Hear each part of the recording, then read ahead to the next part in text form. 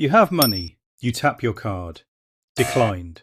Not because you're broke, because the system decided you've already spent enough this week.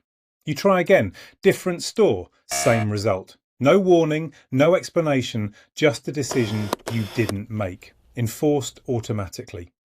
Now try to explain it. Who do you call? What do you challenge? The system doesn't give reasons, it just has rules. This isn't your life today, but here's the part that should stop you. The ability to do this is already built. Not everywhere, not fully switched on, but being designed, tested and deployed right now in real countries with real people. It's called a central bank digital currency, a CBDC, and 137 countries, representing 98% of global GDP, are building one. That's not a fringe experiment, that's nearly every economy on Earth moving in the same direction at the same time. So what's the difference? Right now, money is passive. It sits in your account. It waits for you. It has no opinion. A CBDC can be different. It can come with instructions, where it can be spent, when, under what conditions.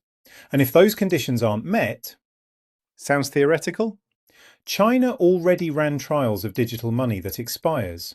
Spend it within the window or it disappears. Your money on a clock you didn't set. That is not a design proposal. That already happened. Nigeria launched its own version with spending restrictions already built in. Thailand proposed a pilot where the currency couldn't be used outside a certain radius from your home. Different countries, different rules, same direction. So let's ask again, what exactly is stopping your card? And it's not just spending. In 2022, a democratic government froze access to people's bank accounts during a protest. No criminal conviction, no court order. Just access removed. 200 accounts, nearly $8 million, gone within hours. The protest ended in days. A court later ruled it was unlawful, 2 years later, but by then the protest was already over. The mechanism had worked. And here's the question that doesn't go away. What happens when you don't need emergency powers to do that? What happens when it's just the default? Here's what most conversations about CBDCs miss. The concern isn't what governments say they'll do, it's what the architecture makes possible. Right now, between you and anyone who might want to reach your money, there are layers, banks, legal processes, time. That friction is annoying, but it's not accidental. It's the mechanism that makes control difficult. It gives you time. Time to challenge, time to appeal, time for a court to intervene.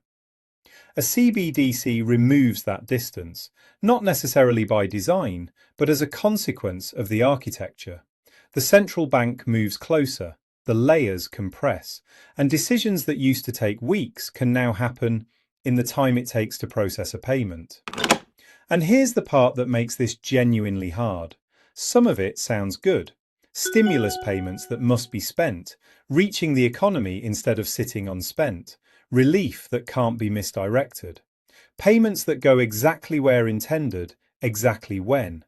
These aren't invented arguments, they're real. But efficiency removes friction, and friction is where freedom hides.